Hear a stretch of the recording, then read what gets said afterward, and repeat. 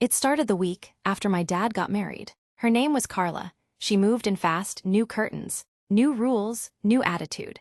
And I was just trying to survive high school while missing my mom, who passed away 2 years before. One evening, I came home late from my part-time job. My shoes were soaked, my back hurt, and I was starving. Carla stood in the hallway with her arms crossed. "You're almost an adult," she said. "If you want to live under this roof, you need to pay rent like the rest of us."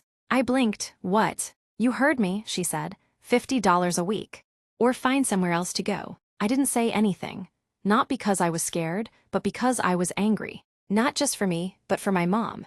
My mom who built this home with her hands, who planted the garden out back, who smiled every time I came home from school. That night, I went into the attic. I knew what I was looking for, my mom's will. It was kept in an old fireproof box, hidden beneath winter coats and dusty Christmas decorations. And there it was.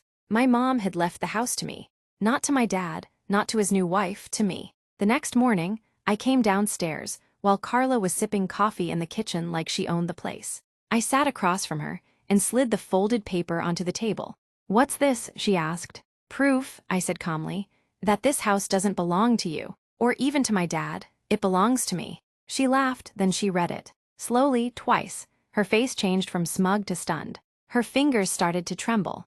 "But your dad said." "I don't care what he said. My mom left it to me. It's legal, it's signed, notarized, you're living in my house." She didn't say a word. I got up, grabbed an apple from the counter, and walked out the front door like nothing had happened. That night, she didn't speak to me. My dad didn't either, not at first. But a week later, he called me into the living room. He looked ashamed, tired. "Why didn't you tell me?" he asked. "Because you never asked." He nodded. "She's moving out." I didn't celebrate, I didn't cheer. I just sat there and remembered my mom's voice. "Take care of the house, sweetheart. It's yours now." And I did. Carla didn't leave right away. For the next few days, the house felt like a war zone, quiet, tense and cold. My dad tried to act like nothing happened. Carla pretended I didn't exist, but I could feel her eyes on me every time I walked by, like I was a stranger in her world. Except this wasn't her world, it was mine. I kept things calm. I didn't throw it in her face. I didn't slam doors or shout. I cleaned my room, I watered the plants. I even fixed the leaky tap in the kitchen. Because my mom taught me to take care of what's mine with grace, not anger. But Carla wasn't done. One night, I came home to find the living room furniture rearranged. My mom's favorite vase, her wedding gift, was gone. I marched to Carla's room. "Where's the vase?" I asked. She didn't look up from her phone. "It didn't match the decor. I gave it away." My heart dropped. "You what?" She rolled her eyes. "It's just an old thing." "No," I said, my voice shaking. "It was my mother's. You don't touch anything in this house without asking me." She stood up slowly. "You think just because some paper says your name, you get to boss me around?" I took a breath. "No, Carla, I don't think I know. This house is mine, you're a guest, and you've forgot your manners." That was the moment she snapped. She started yelling about how I was spoiled, ungrateful, disrespectful. My dad rushed in and stood between us, but I didn't back down. "I've stayed silent long enough." I told him. "You let her come in here and erase Mom like she never existed. You let her treat me like a tenant in my own home." He looked torn, like a man waking up from a long sleep. "I didn't know it was this bad," he said. "You didn't want to know," I replied. Carla stormed out, packed a bag that night. My dad didn't stop her. After she left, the house was quiet, but it wasn't empty. For the first time in a long time, it felt peaceful. Dad and I started talking more. Not about Carla, but about Mom. About the way she used to hum in the kitchen, the way she planted roses by the window every spring. I showed him pictures I'd kept hidden, letters she'd written, and we cried together. He apologized for everything, and I believed him. We began fixing things, not just the broken shelves or the flickering lights, but the bond between us. He started helping around the house more. He even cooked one night, burned everything, but we laughed. One Sunday, we sat out on the porch. The sun was setting, and the sky was streaked with pink and orange. "I almost lost you," he said softly. I nodded, "But I'm still here." He looked at me for a long time, then said, "I think your mom would be proud." I smiled. "I hope so." It had been 3 months since Carla left. The house was brighter now, not just because of fresh paint or open curtains, but because the weight was gone. Dad and I found a rhythm. He'd make breakfast. I'd handle the dishes. We didn't talk about Carla. It felt like she'd disappeared from our lives for good. Until the letter came. It was a plain white envelope. No return address. Dad handed it to me after school. "It's for you," he said. Inside was a single sheet of paper. No greeting, no name, just 8 words, scribbled in shaky handwriting. "You don't know what your mother did." My chest tightened, my fingers went cold. I read it twice, then 3 times. "What is it?" Dad asked, reaching for it. But I pulled it away. "Nothing, just junk." I didn't sleep that night. The next morning, I checked the mailbox again. Empty, but that feeling, that something's not right feeling, lingered in my chest all day. Later that week, I was in the attic again, flipping through old albums. That's when I found a manila folder buried beneath a box of winter blankets. It wasn't labeled, just filled with papers I didn't recognize. One of them was a birth certificate, but not mine. It had my mom's name on it, but the baby's last name wasn't mine. It was hers, only hers. And it wasn't dated the year I was born, it was 3 years before. I stared at it. Was it a sibling? I ran downstairs and handed it to Dad. He went pale. I didn't know you found this," he muttered. "So it's true?" I asked. "She had another child." He sat down, holding the paper like it might burn through his hands. "Before she met me, she had a son. She gave him up for adoption." My mind was racing. "And you never thought to tell me. She never wanted you to grow up feeling abandoned or second best." He said she planned to find him someday. But then she got sick, and she never did. That night, I stared at my ceiling, wondering if that letter was from him. The mysterious half-brother I never knew existed. Watching me, sending warnings about what? 2 days later, I got another letter. No return address again. "Meet me at the Red Bridge, sunset, come alone." I didn't tell my dad. I don't know why, I just felt like I had to face this myself. So I went. The sky was streaked with fire when I reached the Red Bridge on the edge of town. I waited. A shadow stepped out from the trees. He looked about 20, maybe a little older. Tall, worn leather jacket, eyes like mine. "I knew it," he said. "You look like her." My voice trembled. "Are you her son?" He nodded. "And you're the reason I lost everything." I froze. "What?" He stepped closer, eyes dark. "She left me. For you, she built that perfect life. That house, that garden, and forgot me." "That's not true," I said. "She wanted to find you." "She had time," he snapped. "She just didn't want to." I didn't know what to say. I wanted to believe he was wrong, but part of me wasn't sure anymore. Had my mom made a mistake she never told me about? "I don't want your money. I don't want your house," he said. "I just want you to know I'm not going away." Then he disappeared into the trees. I didn't sleep that night. Every creak in the hallway, every gust of wind against the window, it all felt like him. Like he was out there, watching, waiting. The next morning, I told my dad everything. About the letters, the bridge, the boy who looked like me and carried a storm in his voice. My dad listened in silence, eyes heavy with guilt. "Your mom, she told me she'd written him once," he said quietly, "but she never sent it. She was scared, ashamed." "She should have sent it," I whispered. He nodded. "Maybe, but people make mistakes when they're hurting." A week passed, then another. No letters, until one Friday, I came home from school, and the front door was slightly open. That wasn't normal. I stepped inside, heart pounding. "Dad." No answer. "Dad," I shouted louder. Then I saw him, standing in the living room, my half-brother. He was holding a photo of my mom, the one where she was laughing on the porch, holding a tray of lemonade. "You shouldn't be in here," I said firmly. He turned slowly, his voice calm, too calm. "You live in a museum, everything's still hers." I stood my ground. "She built this home. It's all I have left of her." He looked around. "She built this life after throwing me away. You get to live in the warm part of her story." I got the silence. "I didn't choose that," I said. "Neither did you, but burning this house down won't build you a home." For a second, I saw something flicker in his eyes. Pain, regret, maybe even fear. Then he dropped the photo. Glass shattered across the hardwood floor. "I'm not here to hurt you," he said. "But you should know, she wasn't who you think she was." He reached into his jacket and pulled out a crumpled envelope. "She did write to me," he whispered. "I got this a year after she died. Postmarked from this town. Someone mailed it late, on purpose." He handed it to me and walked out. The house felt colder after he left. I sat on the couch, hands trembling, and opened the letter. It was in her handwriting. I knew it instantly, the loop in the Y, the careful curls in every G. "My sweet boy. I wish I had more time. I wish I had been braver. Not a day goes by that I don't think about you. I hope you have a good life, a warm heart, and people who love you. You deserved better than the silence I gave. If you're reading this, please find your brother." He's good, he has my eyes and your strength. Protect each other, even if you don't understand yet. I love you both, always. Mom. Tears blurred the words. I didn't know what to feel. Love, rage, sadness, confusion. I looked around at the house.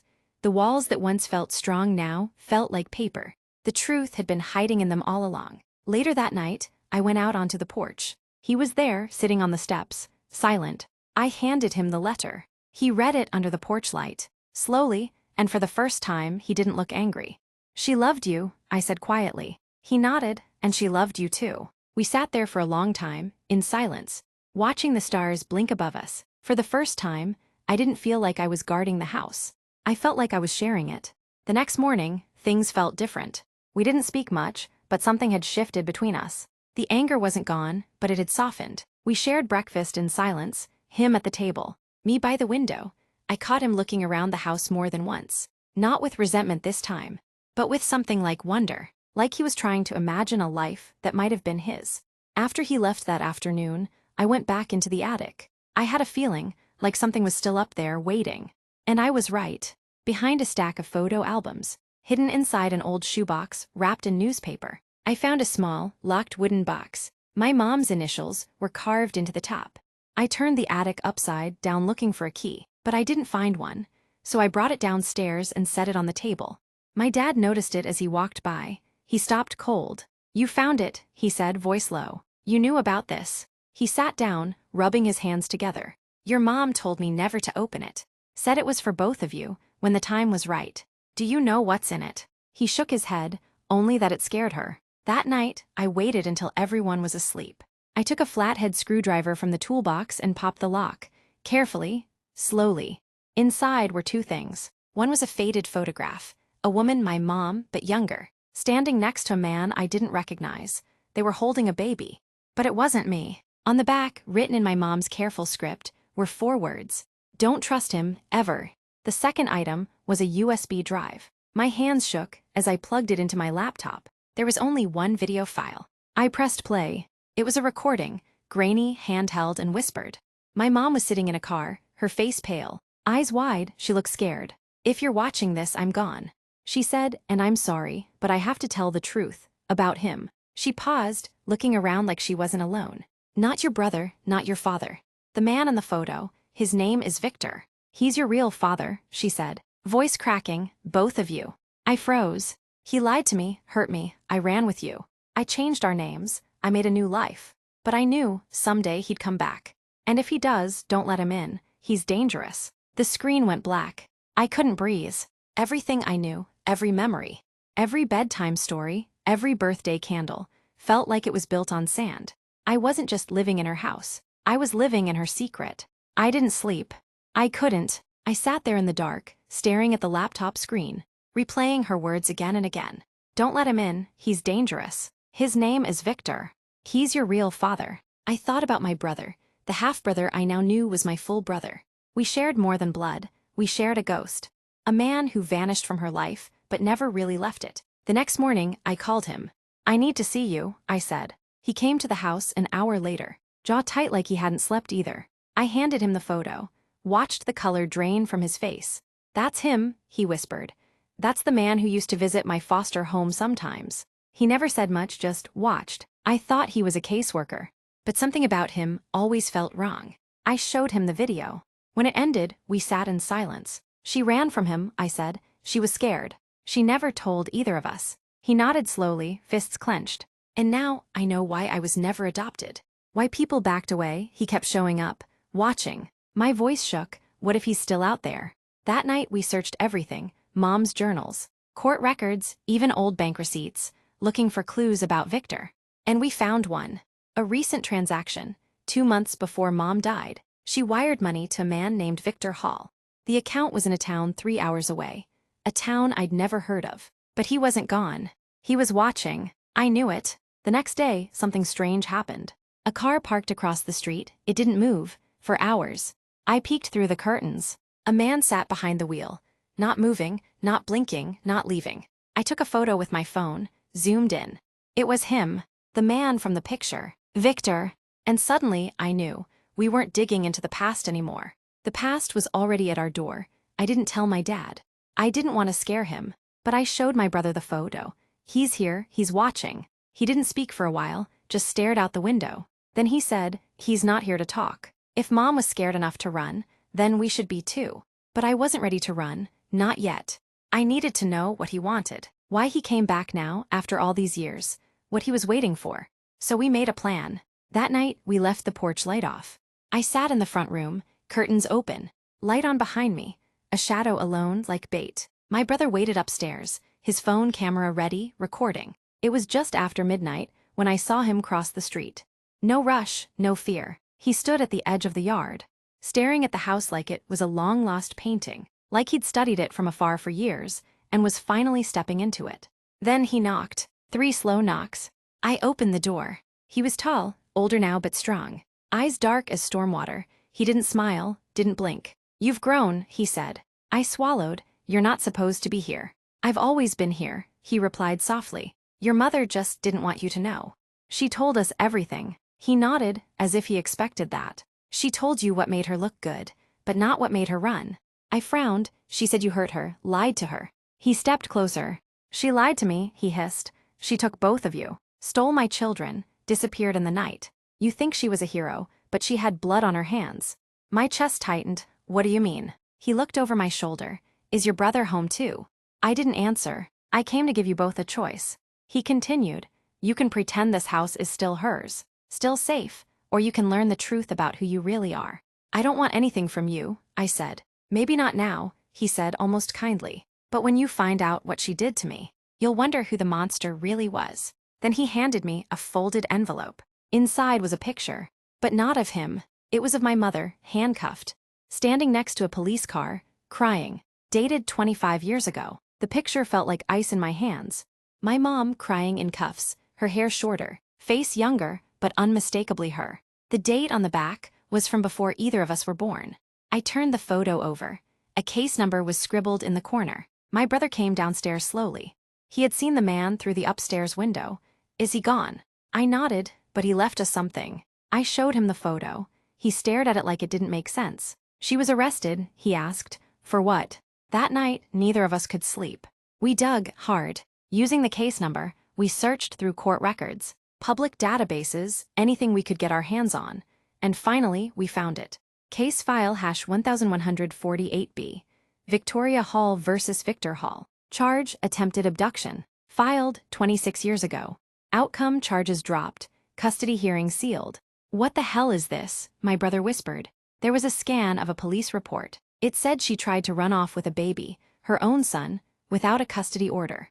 Victor had filed for emergency custody, but after a few weeks, he dropped the case. Disappeared, never showed up to court again. "Wait," I said. "She didn't run from him after the abuse." "She ran before," my brother said slowly. "Which means the abuse might have started after he came after us." But the most chilling part wasn't the file. It was a single line, scrawled in handwriting in the corner of one of the scanned documents. A note from the investigating officer. "Both parties unstable. Potential for danger on both sides. Recommend children placed with third party." We sat in silence. "I don't know who to believe anymore," I finally whispered. "I don't think we're supposed to," he said. But the next morning, it got worse. We woke up to a broken window in the kitchen, a rock on the floor, a note tied to it with tape. "Lies live here, truth bleeds next." We stood in the kitchen, shards of glass at our feet, the note still clutched in my brother's hand. "Lies live here, truth bleeds next." We didn't call the police. We both knew this wasn't something they could solve. This wasn't just trespassing. This was something buried in the past, finally clawing its way into the present. That night, we didn't sleep upstairs. We stayed in the living room with the lights on, backs to the wall, silent, alert. By morning, something in me had changed. I was done being afraid, of the man watching, of the story we didn't fully understand, of the house that suddenly felt haunted by truth. I remembered something my mom once told me, barely a whisper, years ago while brushing my hair at bedtime. "Some truths are heavy. Some you bury because you love too much to let them breathe." I think that's what she tried to do. But now they were rising. We searched the crawl space beneath the house. Dust, cobwebs, forgotten boxes. And then something strange. A wooden panel in the far corner, nailed shut from the inside. We pried it open. Inside was a rusted metal lockbox. We brought it into the light. Inside, we found the final piece. A notebook. My mom's handwriting, page after page. She wrote everything. The early days with Victor, the charm, the fear, the first slap, the night he locked her outside in winter, the day she found out she was pregnant, with twins, how she ran, changed her name, started over, how Victor found her once, threatened her, said he'd take her babies. So she turned herself in, hoping the system would protect us. But it didn't. So she did what she had to do, disappeared, built a new life. One where love grew in silence and pain was pressed beneath the floorboards. I read until my hands went numb. My brother sat beside me, tears in his eyes. She never stopped loving us, he whispered. No, I said, she just carried too much. Alone. We didn't hear from Victor again. No more notes. No more watching. Maybe he knew we'd found the truth. Maybe that was all he wanted, for us to see that she wasn't perfect. That we were born of something dark, but raised in light. We didn't speak of him again. But sometimes, when the house creaks late at night, I wonder if that weight she carried still echoes in the walls. Not as fear, but as a warning. That even the strongest people hide scars. But we kept the house. Together. Two brothers. Bound by blood, broken truths. And the unshakable love of a mother who didn't run from danger. She ran through it, just to save us.